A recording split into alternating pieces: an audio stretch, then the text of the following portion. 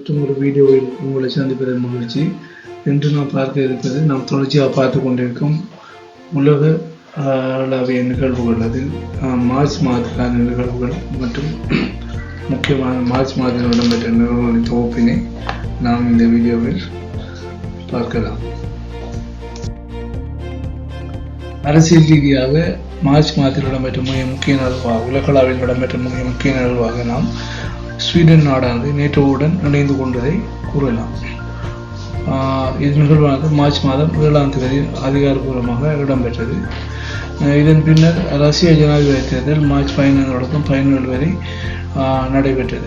வாக்காளர்கள் தங்களது வாக்குரிமையை சுதந்திரமாக பயன்படுத்த அரசாங்கம் அனுமதிக்கவில்லை என்ற குற்றச்சாட்டின் மத்தியில் விளாடிமிர் புட்டின் மீண்டும் தேர்ந்தெடுக்கப்பட்டார், ஜனாதிபதியாக தேர்ந்தெடுக்கப்பட்டார். இது அவரது 5வது முறை ஆட்சிக்கான தேர்தலாக காணப்பட்டது. மொத்தமாக விளாடிமிர் புட்டின் பெற்ற வாக்குகளின் மொத்த எண்ணிக்கை 82.8% காணப்பட்டது.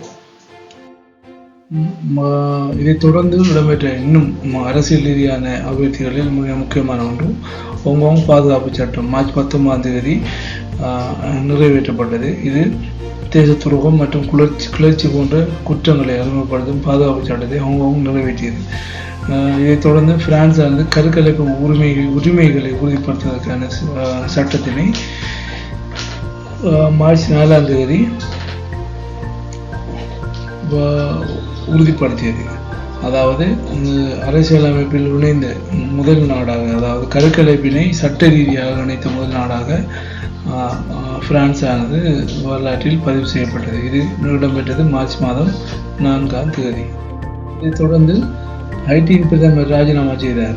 மார்ச் 11ஆம் தேதி அதிகரித்த வன்முறைகளுக்கு மத்தியில் ஏரியல் ஹென்றி என்னும் ஹைட்டியின் பிரதமர் தனது பதவியினை ராஜினாமா செய்தார்.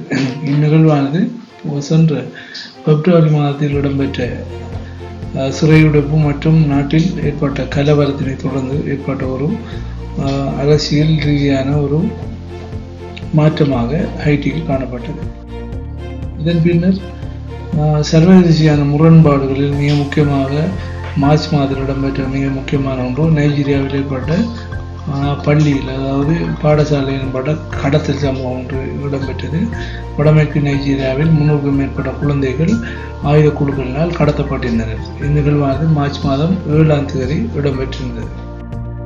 இதைத் தொடர்ந்து சிரியாவில் இஸ்ரேலிய வான்வழி தாக்குதல் மார்ச் 1ஆம் தேதி இடம்பெற்றது.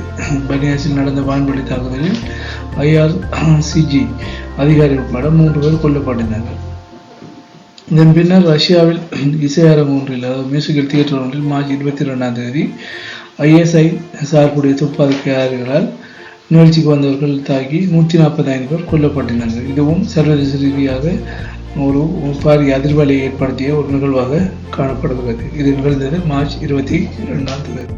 மார்ச்சில் இடம்பெற்ற மிக முக்கிய ஒரு நிகழ்வாக செயற்கை நுண்ணறிவு சட்டம் ஐரோப்பிய யூனியனால் அங்கீகரிக்கப்பட்டு அது நிறைவேற்றப்பட்டது.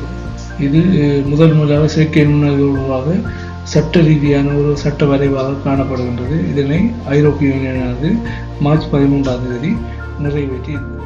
இதைத் தொடர்ந்து புர்கினா ஃபாசோ நாட்டில் வன்முறை இடம்பெற்றது. மார்ச் 3ஆம் தேதி வடக்கு கிராமங்களில் ஆயுத குழுக்கள் 170 பேரை கொண்டிருந்தனர். மேலும் லிபிய புலம்பெயர்ந்தோர் லிபியாவிலிருந்து கடற்கரை ஊடாக ஐரோப்பாவுக்குள் நுழைய முற்பட்டவர்கள் நீரிழப்பு காரணமாக, டீஹைட்ரேஷன் காரணமாக இறந்திருந்தனர். 60 பேர் இறந்திருந்தனர். இதுவும் உலக ரீதியில் ஒரு சோகத்தை ஏற்படுத்திய நிகழ்வாக. அடுத்தது ஹைட்டியில் பிப்ரவரியில் ஏற்பட்ட கலவரமாக தொடர்ச்சியாக இடம்பெற்ற காரணத்தினால் மார்ச் 4ஆம் தேதி ஹைட்டியில் கலவரத்தில் ஏற்பட்ட குழுக்கள் அனைத்தும் பிரதான விமான நிலையத்தை கைப்பற்றும் என்று கைதிகளை மொத்தமாக விடுவித்திருந்தன. அதேபோல்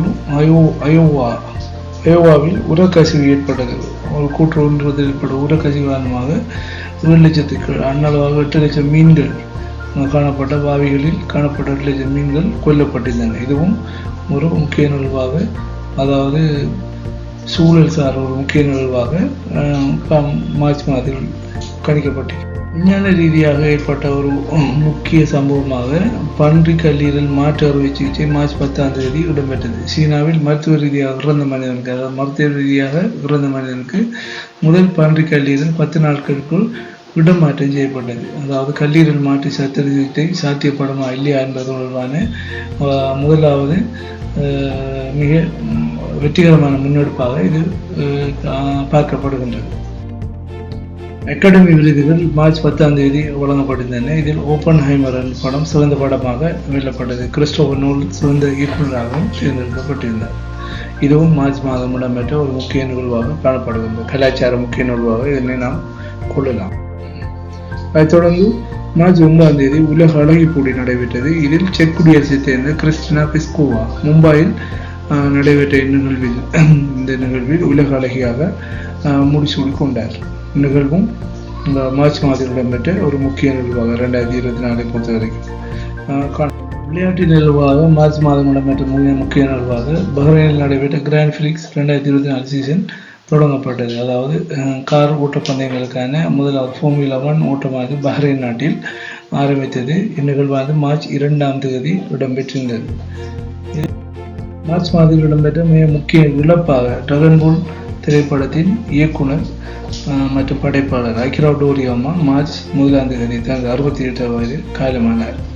இவையே மார்ச் மாதத்தில் உலக அளவில் இடம்பெற்ற மிக முக்கிய நிகழ்வுகளின் தொகுப்பாக தொகுக்கப்பட்டுள்ளன.